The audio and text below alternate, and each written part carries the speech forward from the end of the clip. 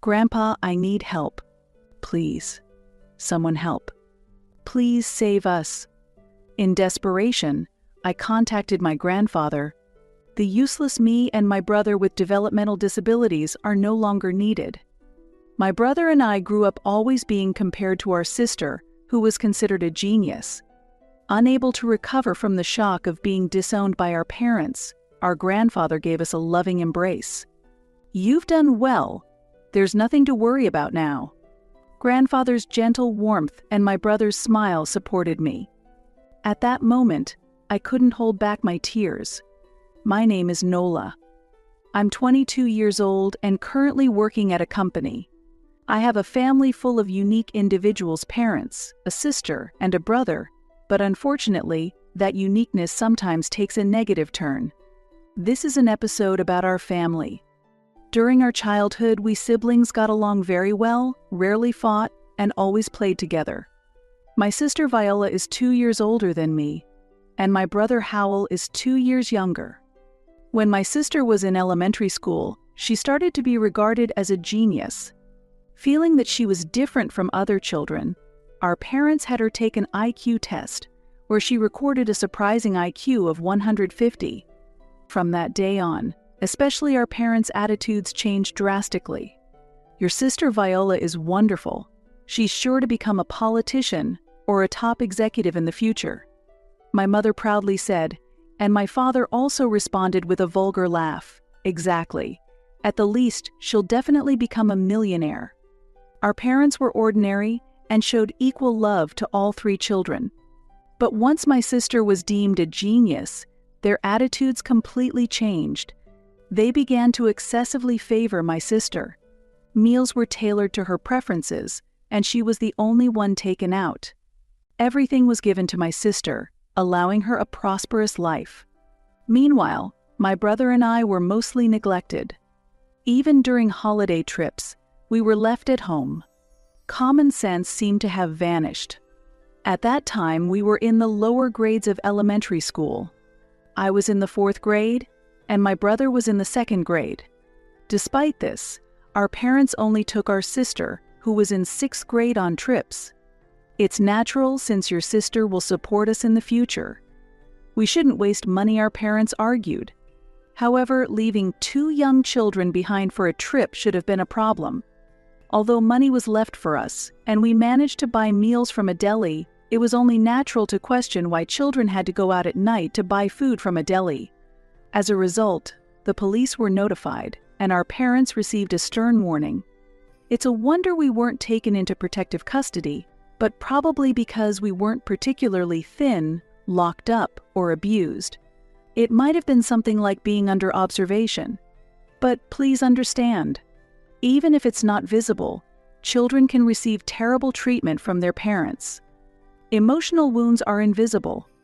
My brother and I were just kids, and in reality, it wasn't easy for us to speak out. It's not that we were completely abandoned while our sister was favored. Naturally, children want to spend time with their parents, no matter what. But I was still better off.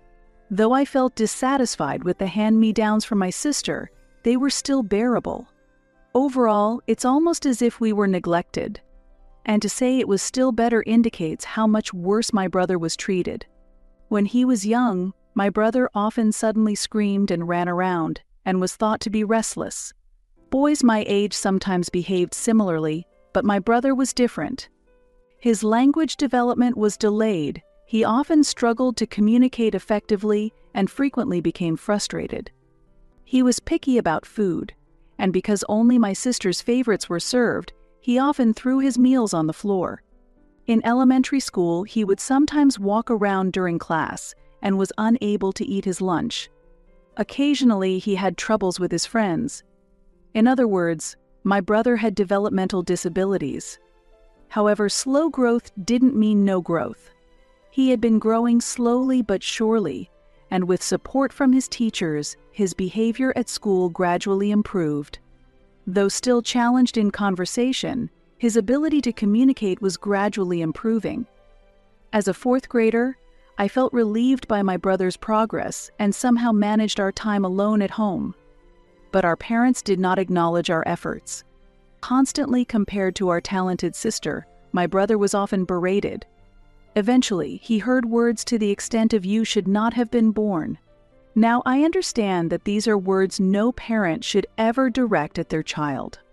If it were now, I could argue back. But back then, all I felt was sadness and frustration, and I could not respond to our parents. For a child in elementary school, parents are an absolute authority. My brother heard harsh words from our parents and understood the difference in treatment compared to our sister. However, perhaps due to his developmental disability and childlike innocence, he would forget the harsh treatment he received the day before and would cheerfully talk to our parents the next day.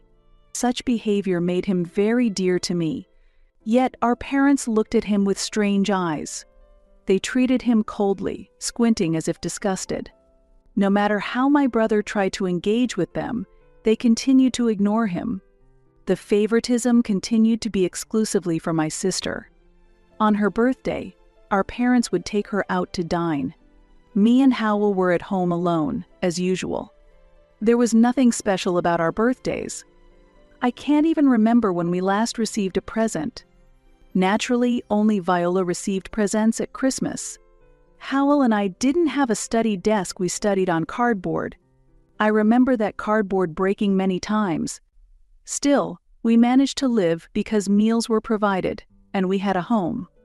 I gently embraced my unknowing brother, telling him repeatedly, "Don't worry, Howell. I love you and will always be with you." The reason for this behavior was unclear. Perhaps we siblings, who were neither loved nor treated equally by our parents, felt a desire to cling to each other. Maybe I was unconsciously aware that Howell's presence was my mental support. As time passed, my once close sister and I eventually stopped talking. Viola had her own room, while Howell and I were always together in a cramped one. We even began to eat in our room so as not to disturb our sister. On the rare occasions we did see each other, the awkwardness prevented any real conversation. As we entered adolescence, the situation grew more serious. It was a warm day in August when I was 12, Howell was 10, and Viola was 14. Out of the blue, our parents announced, "We'll be going to New York soon." I thought it was just a trip, but they continued, "We don't plan to return. We sold the house. The sale proceeds will be used to find a new home in New York." "Are we moving?" I was shocked. "Your sister has been recognized by a certain college professor," he said. "This girl is a genius. She will go to a high school where that professor is," they explained. "Really? Then, are we going to a new school too?" I had just started to enjoy middle school life last year, at age 12. The change to a new environment might have been well-timed for my sister, but not for me. Thinking about parting with my friends made my face cloud with sadness. "However, what?" "You're not coming," my mother said casually. "Wait, we're moving, right? We're losing the house, right?" "That's right.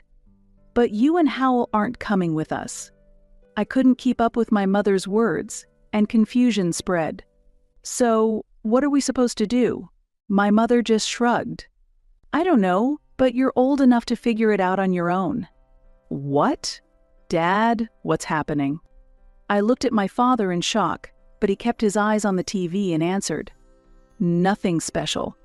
Just saying you and Howell are not needed. Don't you get that you're a burden? But that's too harsh." The moment I tried to continue, my mother slammed the table hard. "I'm at my limit. Haven't we taken good care of you until now? What more do you want from us? Honestly, like you, Nola, Howell has no prospects for the future. I don't see the point in supporting such children any longer. Really, we deserve thanks just for raising you." Not seeing the point in continuing to support us, we were at least able to maintain a basic life. But was that enough? Had our parents ever shown up at school events? Did they come to sports days? They didn't attend parent-teacher meetings either, claiming they were too busy. They just ignored our existence while we were merely living. Such selfish reasoning darkened my thoughts. "Sister, give this to me." At that moment, my unknowing brother said that and handed me a book. As I vaguely watched our parents' faces contort, I gently corrected him. "Howell, that's not quite right. Say please. Please give this to me is correct." With a beaming smile, Howell repeated, "Please give this to me. My pure and innocent brother, the pillar of my heart." As I was doing this, I realized tears were streaming down my face. Really, you two are nothing but a curse. Fueled by such words from our mother and the indifferent attitude of our father, who pretended to know nothing, I made up my mind. I was still a child, but I was about to start anew as already a middle school student. Gone were the days when I couldn't do anything now. Driven by anger, I made a call in the middle of the night, expecting to be scolded for calling so late. I was relieved when the call quickly connected and I heard the voice on the other end. "Hello, Grandpa, I need help." After shouting that, I couldn't stop crying. A few days later, Howell and I were staying at our grandparents' house. Our maternal grandparents were no longer around, and we had hardly ever seen our paternal grandparents. Despite feeling anxious, after I tearfully told everything in the middle of the night, my grandfather came to pick us up right away. By then, our home was already empty. Our parents had already moved to a new house with our sister. It was an unbelievable reality. Holding the few belongings we had, Grandfather found us bewildered and angry. The useless me and my brother with developmental disabilities are no longer needed. As I finished saying those words, tears once again flooded my face. Immediately, a warm embrace enveloped us. "You've done well. There's nothing to worry about now." "Good job, Nola." Touched by Grandpa's words, tears overflowed again. As I cried my eyes out, Howell, who didn't understand, also began to cry. Grandpa supported us until we calmed down. Then, we headed to our grandparents' house. Grandma warmly embraced us upon arrival and cried together with Howell and me. Afterward, it was decided that we would live with our grandparents. Grandpa had spoken to our father, his son, over the phone, but he was furious, saying it was a completely pointless conversation. The contents of that conversation were easy to guess. However, knowing that Grandpa could express his emotions like that strangely helped restore peace to my heart. A few days later, once we had settled in, Howell and I thoroughly explored our grandparents' house. Despite being our first visit, the house, located in the countryside, was very spacious. We saw a place on the property that was unfamiliar, and I asked Grandpa about it.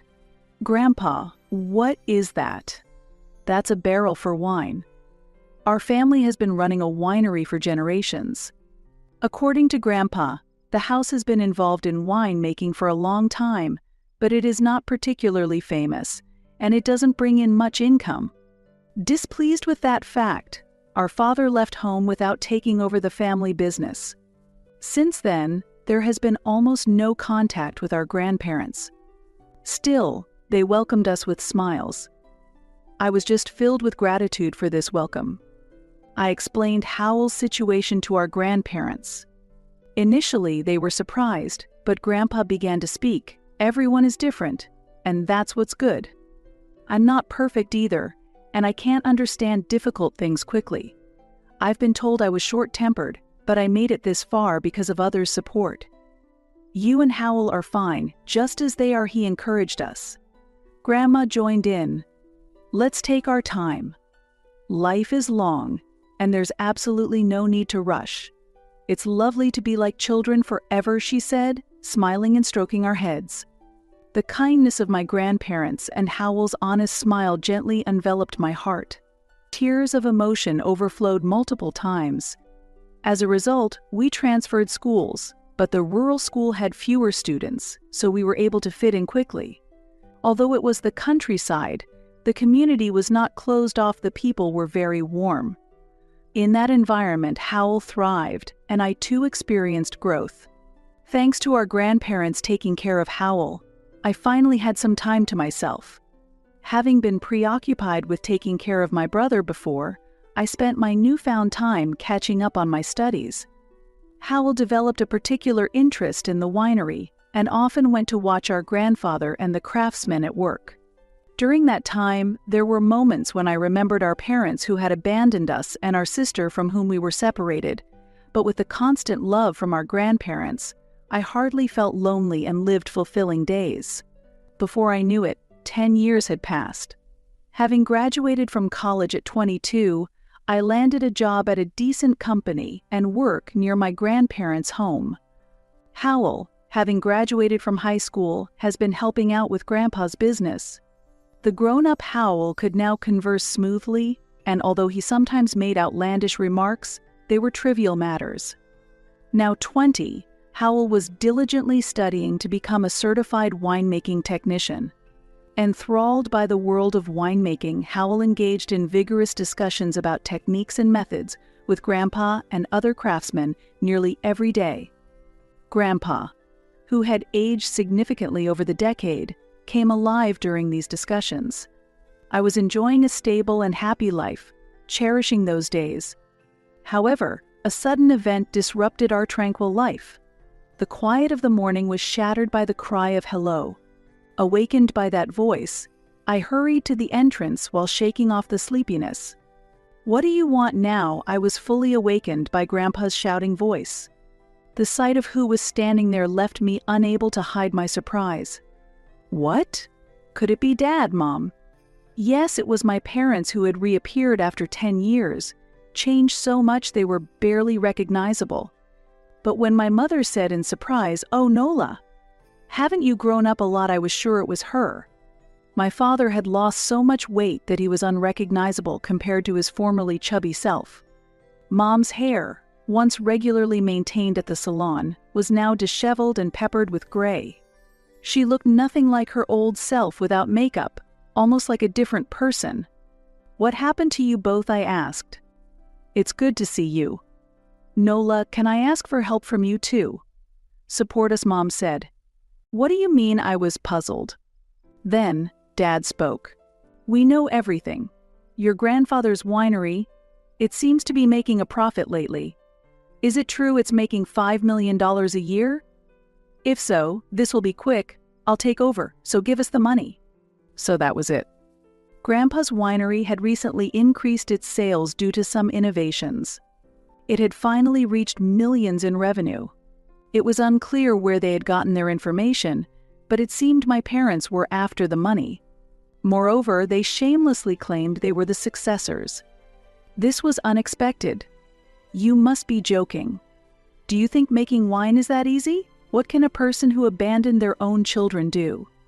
Grandpa scolded sharply before I could speak. However, Dad continued to plead. "Please help us. We're out of money and losing our place. I'm your only son, right? Mom, say something.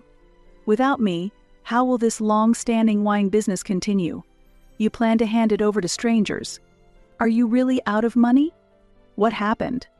I had many questions, but I was so shocked by the fact that I asked that first. In response, Mom glared at me. Her expression was like that of an angry demon. "Oh, you're worried about that, Nola. Listen to a bit about your useless elder sister." "Elder sister. Do you mean Viola?" "Yes, that girl. She completely changed after moving to the city. She turned down the college professor's recommendation and went to an IT company she chose." "What's an IT company? Is it really that good?" "It seems Mom was out of touch with the times, and she flew abroad for work. We asked her to take us with her, but she completely ignored us." "Unbelievable." "That's hilarious." "What's so funny about that?" I couldn't help but laugh, and my mother became furious. I couldn't suppress my laughter. "Look, you left us behind, so my sister abandoned you too. It's truly what you deserve." "What are you saying?" "Don't forget the kindness we showed you. We survived until 12. But can you really say you raised us? Leaving behind a 12-year-old and a 10-year-old, and you still say such things." I was astounded that they could say such things. "Viola was supposed to become wealthy and take care of us, so we quit our jobs. But she easily abandoned us. At this age, there's no way we can get a decent job. Hey, Dad, even if you don't take over, please don't abandon us. It's a request from your dear son." Father pleading. seemed unaware. He didn't notice that Grandpa's expression was getting increasingly stern. It seemed like he was about to erupt. Grandma silently went to the back of the house. This would likely lead to Grandpa raising his voice. At that moment, "Hey, what's going on?" Howell appeared with a relaxed voice. "Ah, Howell. You've grown up quite a bit." Mom couldn't hide her astonishment, and Dad also marveled. Could this be the same Howell who could barely speak? "Listen, both of you. Humans are creatures that grow, so Howell has overcome his mild disability and can at least converse. Okay, Howell, I'll support you, so ask Dad to support us too. Listen to me." But my words couldn't reach my desperate father. All they cared about was money. However, soon after, "I don't really know you," Howell said, and at that moment, our parents were at a loss for words. With an innocent smile, Howell continued, "My family is just Grandpa, Grandma, and my sister. I don't have other parents, so I don't know you." "What?" While there was still a childlike quality about him, Howell's resolve was firm. Shocked by his emphatic rejection, our parents lost color in their faces. "Strangers aren't allowed in the house. Goodbye." With that, Howell disappeared into the back of the room. "Wait, Howell. Nola, say something." "Something." "No, not like that." I had merely repeated something as they asked, but apparently that wasn't satisfactory. As I pondered this, Grandma reappeared. She was holding a box with something white inside. "Leave?" A grave voice filled the space. "What?" "Dad." Before a downcast Grandpa, my father was frightened. Soon after, Grandpa suddenly looked up and declared forcefully, "This winery will be inherited by Howell. We have no need for someone like you here. You who abandoned Nola and Howell are strangers. I have no interest in caring for strangers in my old age. Leave this instant." "What? Howell will inherit? That's impossible. What are you saying?" "The reason our winery sales have soared is all thanks to Howell." "What? How is that possible?" Actually, Howell started to seriously help with winemaking right after he graduated from high school. Although he couldn't officially drink until he was 21, he was remarkably able to distinguish flavors just by their aromas. He detected even the slightest differences in taste faster than anyone else. Perhaps from childhood, his sense of taste was extremely sensitive, which was considered part of his developmental disorder, and that ability had proven to be very useful in winemaking. Based on Howell's opinions about subtle changes detected through sense alone, some improvements were made, and Grandpa said, "We've created something incredible." And it became a huge hit. When Howell turned 21 and could officially drink, his unique talents shone even brighter. Grandpa's winemaking business quickly reached an annual revenue of $5 million. Next year, it might even reach $10 million. "That's why you can leave us out of it." "We are Howell's real parents," my parents said. "What are you saying after abandoning him?" Grandpa shouted in anger. Mom also stepped forward to join the battle. "Listen, we're struggling with life and drowned in debt. So help us a little." The moment she made that foolish request, Grandma started to scream. "We have slugs here." "Ow, what is this?" "Salty. Salt. Why?" "Come now, demons out. Parents who abandon their children out." Grandma scattered the salt with an expressionless face. Her expression was cold and terrifying. "Demons like you should shrink and vanish." "Stop, please." "Ah, it got in my eye. It stings." As my parents screamed, Grandma continued to spread salt expressionlessly. This bizarre scene unfolded. "Get out," Grandpa shouted loudly. "Leave now," Grandma also yelled. And then, "This is goodbye forever." As I said this, I waved my hand goodbye, towards my parents. That was the final blow. Unable to endure it any longer, my parents staggered away from the scene. Afterward, my parents tried to contact us several times, But Grandpa threatened to call the police if they continued their persistent attempts, and since then, the contact ceased. What happened to my parents after they were chased by debt collectors remains unknown. And that's what happened, big sister. It was really tough, I explained. I see. I'm sorry to hear that, my sister replied. That day, I was talking on the phone. The person on the other end was my sister Viola, who was working abroad. In fact, I had been in constant contact with her. As children, we were helpless, and our family was torn apart. However, my kind sister remained unchanged. Knowing I was at our grandparents' house, she frequently reached out. Our first reunion in years happened when my sister went to college. At that time, my grandparents and we siblings gathered to devise a plan to rescue my sister from our parents. Had we not intervened, she would undoubtedly have continued to be exploited by them. As a result, my sister was able to safely escape abroad. Ultimately, Hal and I managed to drive our parents out of the house.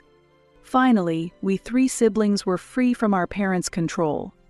When I come back, we definitely have to meet. Yeah, I'm waiting. The new wine is really special because it's the first one Hal could drink since he became old enough. I'm really looking forward to it. I can't wait for the day when the 3 of us can drink together.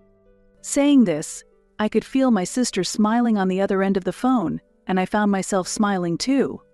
Next to me, Howell was also smiling happily as I spoke on the phone.